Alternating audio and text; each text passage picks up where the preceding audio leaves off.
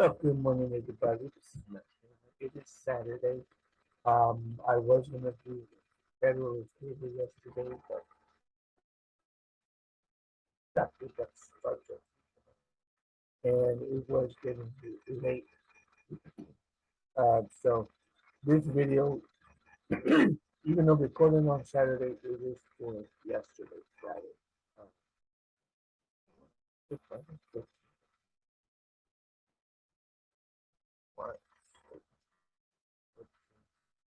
Oh, this. No, that one. This. Friday. You should know. So, this is number 51 of the Federalist Papers by Mr. Madison. It's a short one. To what expedient then that we finally resort for maintaining in practice the necessary position of power among the several departments as laid down in the Constitution? Several departments, same branches. Um, the only answer that can be given is that as all these exterior provisions are found to be inadequate, the defect must be supplied by so contriving the interior structure of the government as that its several constituent parts may, but excuse me, the only answer that can be given is that all these exterior provisions that are found to be inadequate, inadequate, the defect must be supplied by so contriving the interior structure of the government as that its several constituent parts may, by their future relations, be the means of keeping each other in their proper places. Without promising to undertake a full development of this important idea, I will hazard a few general observations which may perhaps place it in clearer light and enable us to form a judgment, more correct judgment of the principles and structure of the government plan by the convention. In order to lay a due foundation for that separate and distinct exercise of different powers of government, which to a certain extent is admitted on all hands to be essential to the preservation of liberty, it is evident that each department should have a will of its own, and consequently should be so constituted that the members of each branch should have as little agency as possible in the appointment of the members of the others. Were this principle rigorously adhered to, it would require that all the appointments for the supreme, executive, legislative, and judicial magistracy should be drawn from the same fountain of authority, the people, through channels having no communication whatsoever with one another. Perhaps such a plan of constructing the several departments or branches would be less difficult in practice than it may be in contemplation than it may in contemplation appear. But some difficulties, however, and some additional expense would attend the execution of it. Some deviation, therefore, from the principle must be admitted. In the constitution of the judiciary department, in particular, it may be inexcusable to insist rigorously on the principle. First, because peculiar qualifications being essential in its members, the primary consideration ought to be to select that mode of choice, which best secures these qualifications. Second, because the permanent tenure of which the appointments are held in, in that department may soon destroy all sense of dependence on the authority conferred. It is equally evident that the members of each department should be as little dependent as possible on those of the others for their emoluments annexed to their offices. Were the executive magistrate or the judges not independent of the legislature in this particular, their independence of every other would be merely nominal. But the great security against a gradual concentration of the several powers in the same department consists in giving to those who administer each department the necessary constitutional means and personal motives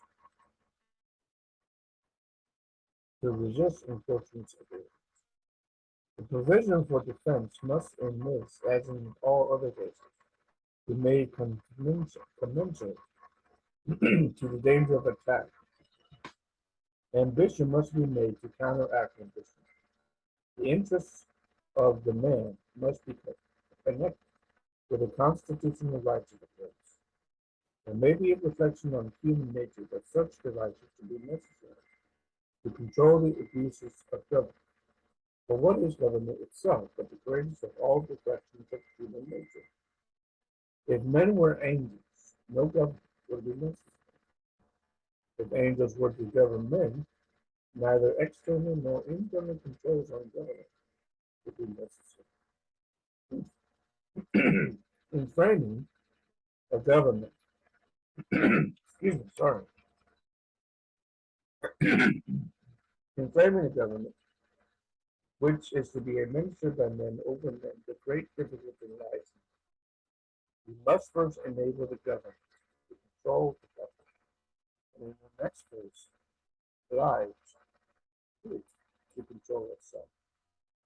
A dependence on the people is no doubt the primary control on the government, but experience has taught mankind the necessity of auxiliary precautions. This policy of supplying by opposite and rival interests the defect of good and motives might be traced to the whole system of human affairs, private as well as public. We see it particularly displayed in all the subordinate distributions of power, where the constant aim is to divide and arrange the several offices in such a manner that each may be a check on the other, that the private interest of every individual may be sentinel over the public rights. These inventions of prudence cannot be less requisite than the distribution of the supreme powers of the state. But it is not possible to give to each department an equal power of self-defense. In Republican government, the legislative authority necessarily predominates. The remedy for this inconveniency is to divide the legislature into different branches and to render them by different modes of election and different principles of action as little connected to each other as the nature of the common function and their common dependence on the society. It may even be necessary to guard against dangerous encroachments by still further precautions. As the weight of the legislative authority requires that it should not be thus divided. The weakness of the executive may require, on the other hand, that it should be fortified. An absolute negative on the legislature appears at first view to be the natural defense with which the executive magistrates arm. But perhaps it would be neither altogether safe nor alone sufficient.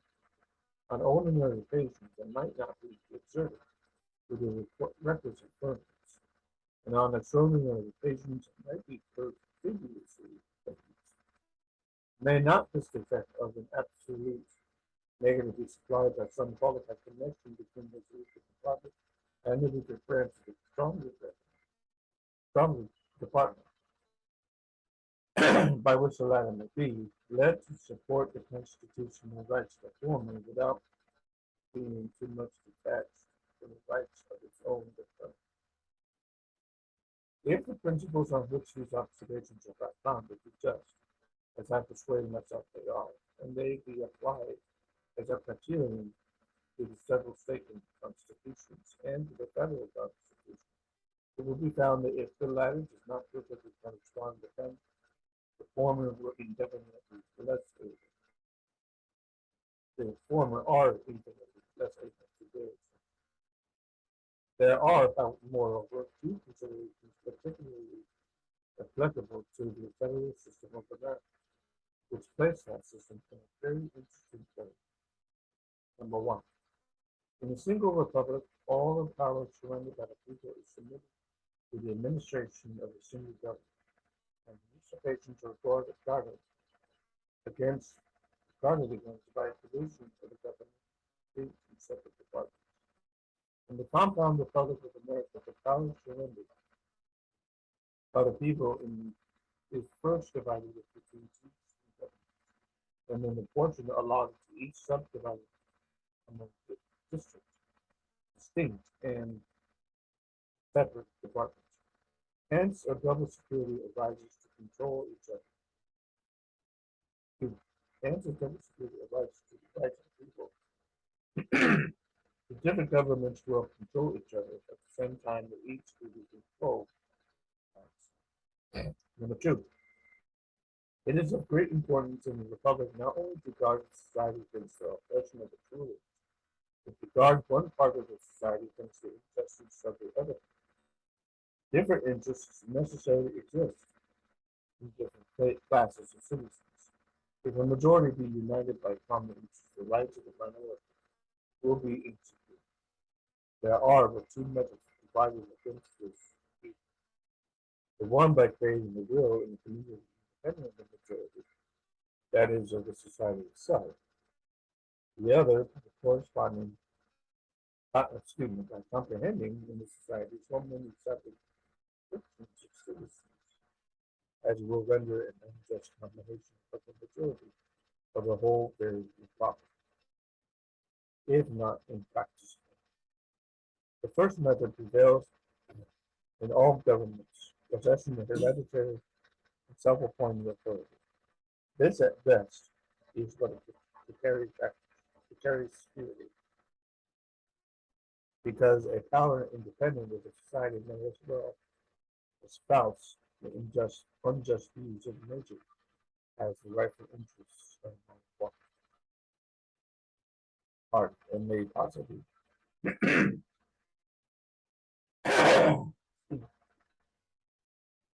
uh, okay, and minor party may possibly be turned against both parties. The second method will be exemplified in the Federal Republic of the United States. While all authority in it will be derived from and dependent on the society itself will be broken into so many parts, interests, and classes of citizens that the rights of individuals or of the minority will be in little danger from interest and combination. Excuse me. In a free government, security for civil rights must be the same as that for religious rights. It consists in one case, in the multiplicity of interests, and in the multiplicity of sects. SEC. The degree of security in both cases will depend on the number of interests in sects. This may be presumed to depend on the extent of country and the number of people comprehended under the same government. This view of the subject must particularly recommend a proper federal system to all the sincere and considerate friends of Republican government, since it shows that in exact proportion as the territory of the region may be formed to more circumscribed confederacies or states, the present combinations of the majority will be facilitated. The best security under the Republican forms for the rights of every class of citizen may be diminished. Consequently, the stability and independence of some member of the government, the only other security, must be proportionally increased. Justice is the end of government. It is the end of evil society. Civil society. It ever has been and ever will be pursued until it is attained. And until liberty be lost in the pursuit, in a society under forms of which the stronger faction can readily and oppress the weaker. Anarchy may actually be said to reign as in a state of nature, where the weaker individual is not secluded against the violence of stronger. And as in the latter state, even the stronger individuals are prompted by the uncertainty of their conditions to support the government which may protect them as well as themselves. So in the former state, where the more powerful portion uh, factions and parties were gradually reduced by a like motive to which for government will protect all parties, the weaker as well as more powerful. It can be little doubted that if the state of Rhode Island is separated from the Confederacy and left itself, the insecurity of rights under the property form of government within such narrow limits would be displayed by such reiterated oppressions of factious majorities, that some power, altogether independent of the people, would soon be called for by the voice of the very factions which misrule, whose misrule had proved the necessity of it. In the Senate Republic of the United States, and among the great variety of interests, parties, and sects which it embraces, a coalition of the majority of the whole society could seldom take place on any other principles than those of justice and the general good, while there being thus less danger to a minor from the will of the party. There must be less pretext also to provide for the security of the form by introducing into the government a will not different on the matter, or in other words, a will independent of society itself.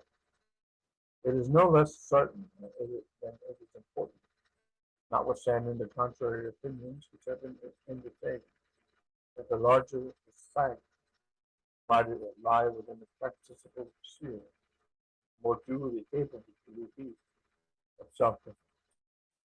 Happily, for the Republican cause, the practicable sphere may be carried to a very great extent by judicious modification of nature for the federal. So that's number 51.